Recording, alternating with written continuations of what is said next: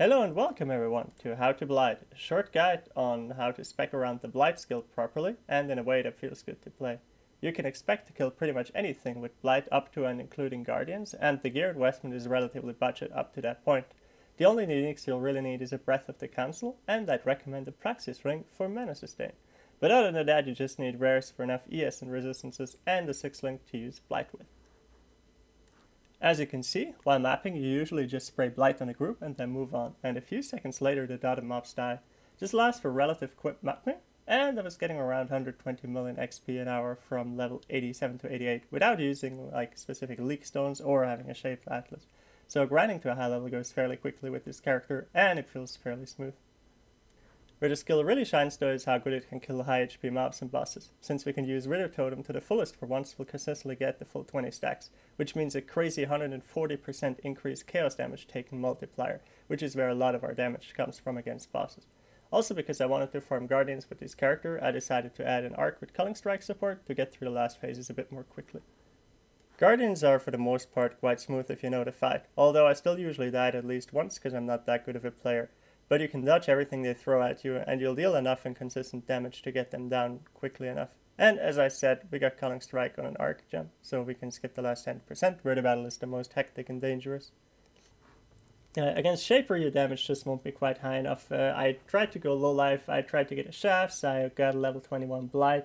I even got a Ball Lightning Trap just for the ad phase to get more upfront damage, but the problem is you only deal enough damage if you have the full stacks on, both on Wither and the Blights.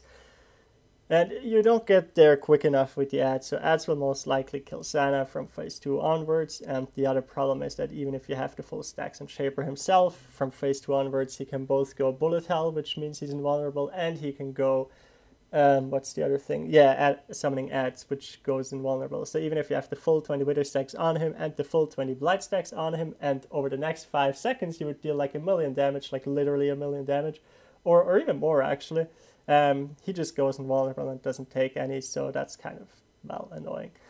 But either way, this is a bad skill to do Shaper with, or you could also argue Shaper is badly designed for, well, anything that isn't ridiculously high DPS, because if you don't have the DPS you just die and there's nothing you can do basically. So either way, don't do Shaper with this, save your 10x for Shafts and the Blight and all that. Just go budget, kill Guardians, get a ton of money, get a broken build, and get Shaper that way, I guess is what I'm trying to say.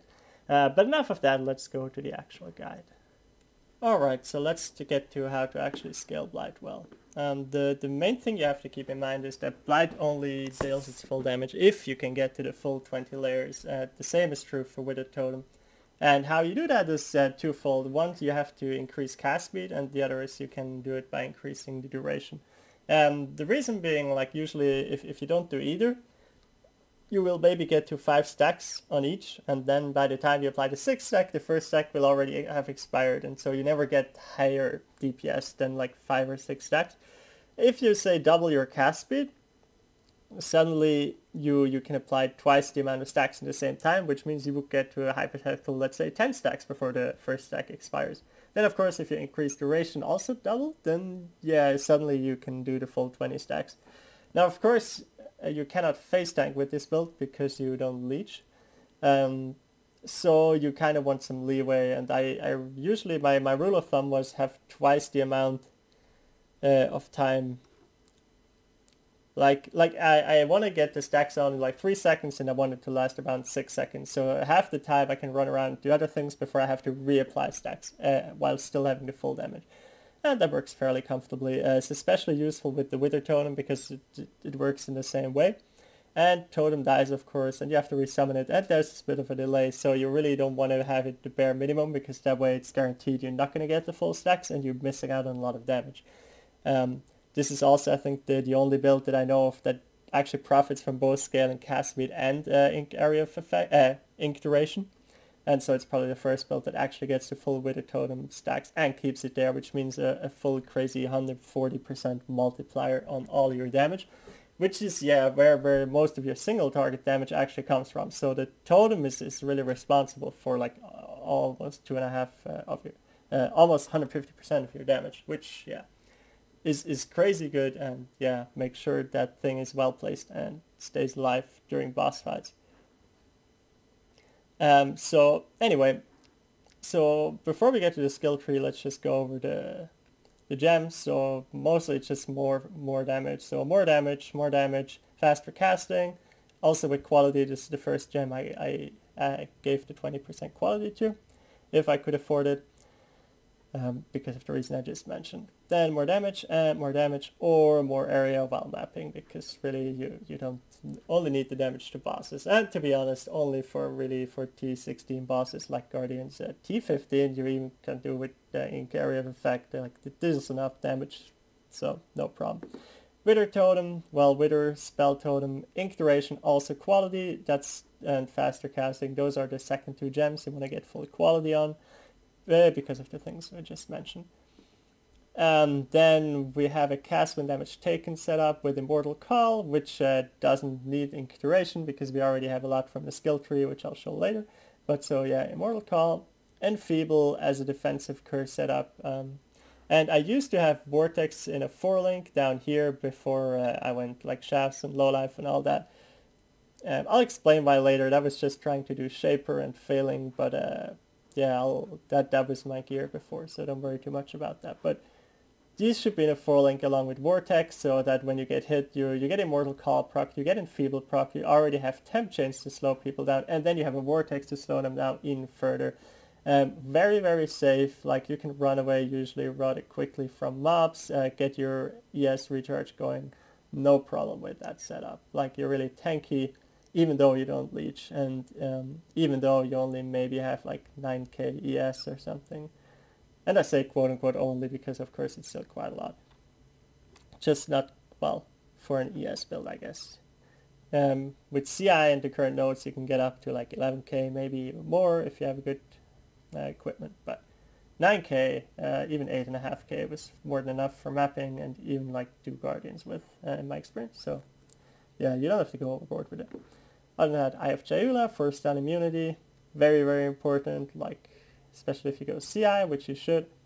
You probably still should in 3.0, even though there's not that many great, even though there's non-ES nodes behind it, like Chaos Immunity is just so nice. Then, well, that was a more expensive ring. What I used to wear was Praxis and the one Alectopus ring, and instead of a Shafts, I had this 6-link here. But really, my point is just get a Breath or two, get a Chayula, get a 6-link of some sort, and then just look that you have high ES and resistance as you can afford. And that's pretty much it. We probably need some strength to get the Ink Duration and to be able to even hold the Scepter, which requires 113 strength, which is quite a lot, especially in that area of the tree where there's almost no strength nodes.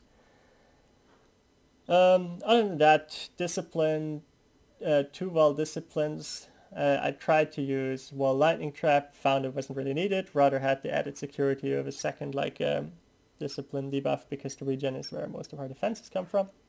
And as I said earlier, Arc and Culling Strike against Guardians, very nice to get the last phases down, or skip them completely basically. Then yeah, Temp Chains, Blasphemy, faster casting, and Flame Dash. Temp Chains again help very nicely also to keep the debuff going for a bit longer, gives a bit of more leeway, even though you don't really stick around too long against like normal mobs. It also makes it more safe if you fight normal mobs and just hit and run, because they'll be slowed down, they're not attacking you that quickly, and you also slow them down initially with Blight, so you have like an 80% reduced movement speed, and you have them be almost 30% slower on top of that, so they barely move. You just hit them and run away, even though you're basically just in front of them when you spray them with Blight. These two are of course not in your setup if you go CI. Instead, yeah, you go Vortex with a 4-link cast when damage taken setup, which makes it even more safe. So you slow them down, and you enfeeble them. And yeah, it's just very, very easy to not die in this build. I had a very easy time leveling, and I'm not that great of a player or that careful usually, so that's a very safe build. Not sure I would play hardcore with it, because you do face tank and you do not have leech. Then again, I don't play hardcore anyway, so I wouldn't know how to compare the safety of this build to, say, other builds that are considered hardcore viable. Yeah, I'm sorry, I cannot really help you with that. Skill tree, where is it? Yeah, skill tree is also fairly straightforward. Of course, you level with the non-CI, though. On normal lab, I got the Wicked Word for flat ES, and this is your main line of defense. Energy shield recharge is not interrupted by damage if recharge began recently, which means what you want to do is you actually want to go, like if there's a strong mob, you want to go spray him a little bit, get hit, run away, maybe drop a totem, wait till the recharge begins, then run straight towards him, like blast at him for like 3 seconds or so, because you're virtually invulnerable because your recharge will just keep you topped off.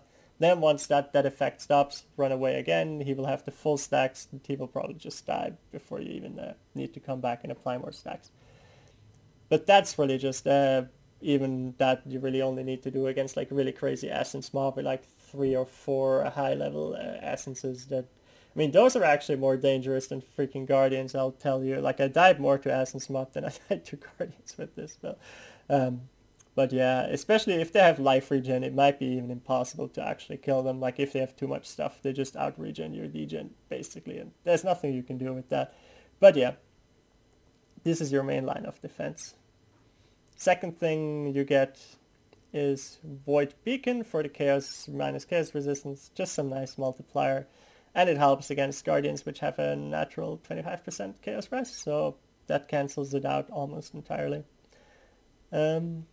Profane Blow, well, it gives you 10% extra damage, but you stack that on top of the Wither Totem against single targets, so instead of 140 increased damage taken, you get 150, so it's really not that much. It's not a 10% multiplier usually, as it is in most other builds where you don't have other increased damage taken effects. So it's good, but it's not crazy. The same with the Explosion. They can be useful occasionally, and they can be fun. Well, they're actually very fun, but yeah, they're not that much needed anyway. Extra curse, so I can run Enfeeble with the castment damage taken. This one, well, doesn't really help me too much. Like, I'm running an eye anyway because the stun immunity doesn't really, well, it doesn't really work too consistently in my experience. This more faster energy shield recharge would be nice, so maybe you can drop malediction for that. I don't know, you can do it, but either way, don't get that one, it's kind of crap. This does literally nothing, so never get that one. These are the most important ones. These are like, yeah, just get them because you can, but not because they add a whole lot. But yeah, as I was saying, leveling, get some life here, probably some life here, and then go over here, and I'll grab CI End of Cruel because the flat 100 ES and with all that other stuff, it's just barely enough to do it, and because this is our main line of defense, you can get used to the hit and run and like having your energy shield recharge be your main line of defense, which is nice. And also it means you have like, if you can do it consistently against bosses, you don't run out of health pots that way, so that's fairly good. But yeah, for the end build, ES, more ES, faster recharge, some area, because we're in area skill, we need the area anti-damage, the flasks, all the jewels have faster start of energy shield recharge. We also get Essence Surge for that very reason, because it has set, main line of defense. Get more ES, some max lightning resist for free. This is one of the last paths you take. You go the cast speed route because, well, as I explained earlier, we need that, and this is a really nice node. So even though these cast speed nodes are kind of meh, the spell damage and cast speed, like everything else, is really nice, and they're not useless in this build anyway. Get the cast speed here at some point. Obviously don't get these two. Instead go over here, get these two. I think when I was CI, I didn't get these two nodes. Instead I got some other nodes that I forgot.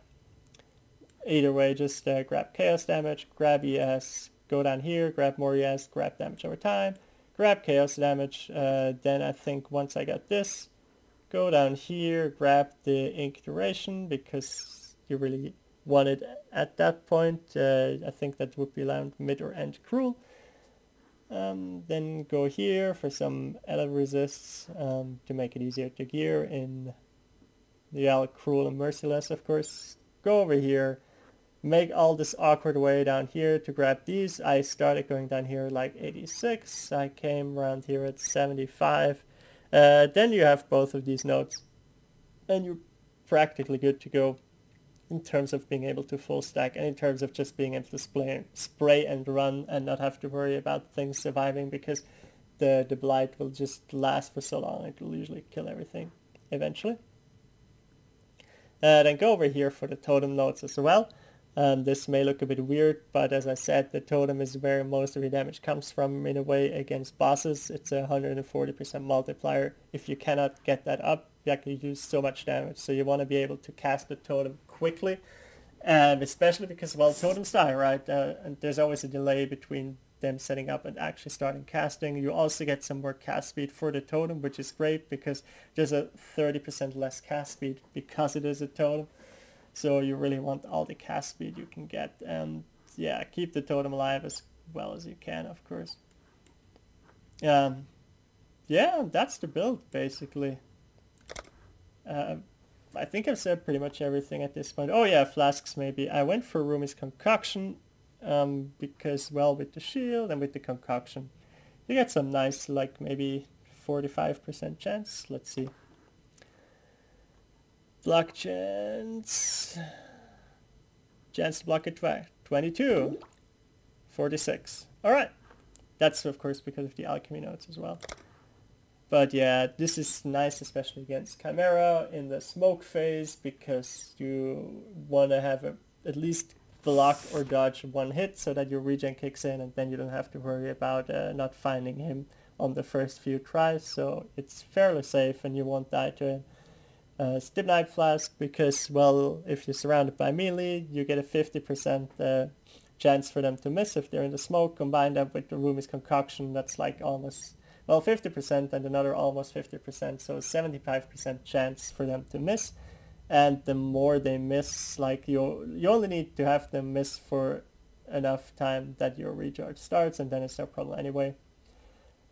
Freeze, oh yeah, and of course bleed immunity, freeze immunity, some more running because, well, we only have Flame Dash as a movement skill, so most of the time during mapping this is on. You run, you spray, you run further, you spray. This is your main way of getting around quickly. Immune to poison, well, you don't need that if you're CI, so maybe you can even have this be the freeze one and this be the, just add more effect. So you're even quicker. This was actually, I think, this for the most part. Or actually, no, this just for some more evasion. Not sure if it was good. I mean, if you're fighting against Hydra, you might want to swap in this or this if you're up against Phoenix. Or depending on what map mobs you have. Like I like to have like one flask. That's a bit of a versatile one depending on the map mods. So you can adapt to whatever is needed. But main thing being just have blue flasks that remove nasty status effects. And you should be good. And I think that's pretty much everything for the build that I can think of at this point. It was a lot of fun to play. Blight is not that bad of a skill as people say. If you scale it like that, it feels good, it feels smooth, you level fairly quickly, you don't die a lot, and if you're careful you shouldn't die at all. If you're mindful of your defenses, if you're mindful of your flask, if you're mindful of enemies that have nasty status effects and stuff like that, you deal really good damage while mapping, and even up to tier 16 is no problem damage wise at all. You don't have to deal with reflect, you don't have to deal with a lot of stuff that's nasty. The only thing you cannot play is really no regen or less regen, because regen is the only way you're surviving with your ES regen. So that's pretty much the only one you absolutely must override. Then there are some like nasty mods that I don't like personally, like temp chains, because it's like it just slows down the whole process. It's boring and it's like don't want to do it. So I usually override that. If they add damage, well, usually my rule of thumb is 1 added damage mod is fine, 2 it starts to get a bit iffy, or 1 plus the crit mod is a bit iffy, so I'll try to avoid that, but that's just me personally. If you feel a bit more ballsy, or you're in softcore, or you have a better sense of how much it actually adds, like usually you survive 1 hit, so you just have to retreat quickly, go back and I mean, they die in your absence because of the dot. So you go, you dot them, maybe you get hit, you run away, you regen, they die anyway because you don't have to go back to actually deal damage. So it's also not that big of a deal. So you save quite some currency during mapping because you don't have to overroll. You don't have to roll over a lot of mods too. So that's quite nice. There's also, well, the chaos resist mod is only 25%, which is nothing if you have to, what's it called, wicker board? No, it's not called wicker board. Profane bloom? Void beacon. Okay, well, 3rd time's the charm. So that reduces the damage resist, so it virtually cancels out the mod, so it's like a free mod. The only thing I would warn against is attack speed mods, especially, or only mainly against guardians, because if they attack too quickly, you won't have time to really set up and deal damage and run away and regen, because they will be just hitting you quickly enough that you never charge the regen, or you actually have to run away way too much to get damage on. So I'd rather have 2 damage mods, well, not 2, 1 damage mod against the Guardian, but never an attack speed mod against the Guardian with this build. That's just my experience with it. Other than that, yeah, doing Guardians is fairly smooth. Once you get used to the fights, you get hit once, you dodge, you have your regen started, you consistently apply debuffs, you make sure the totem is up consistently. The ads die fairly quickly no matter on which Guardian you are. The only one that's a bit dangerous is Chimera, but you can kite them, like even if you're overwhelmed by ads, you just run around them, spray them a little bit, run around them some more, spray them a little bit. Eventually all of them will die, it's no big deal. And Chimera himself is very, very easy. Like, he's actually the easiest one because he doesn't have, like, you don't have area mechanics that in the arena itself that you need to dodge and that can kill the totem, unlike, let's say, with Hydra or with Phoenix, the tornadoes, or the frost guns that shoot all the time that make you have to resummon the totem. Also, there's no ads while you fight him, so the totem can focus on him, unlike, again, Phoenix, where there's always birds and the totem gets distracted, which is really annoying, but, well, whatever. Minotaur is also fairly easy, even though it's a bit... Yeah, it can be a bit weird because you're kind of trapped sometimes, like quote-unquote trapped, but again, just let him hit you once, start a regen, and then face tank him for a bit, and make sure the totem's alive, and you have no problems. And yeah, that's pretty much the build. If I missed anything, let me know in the comments or ask away. If you just want to comment or if you like the build guide, let me know. And yeah, thanks for watching. I hope you enjoyed it. I hope you will try the skill because I had a lot of fun with it. And yeah, maybe see you in another video. Thanks for watching and take care, guys.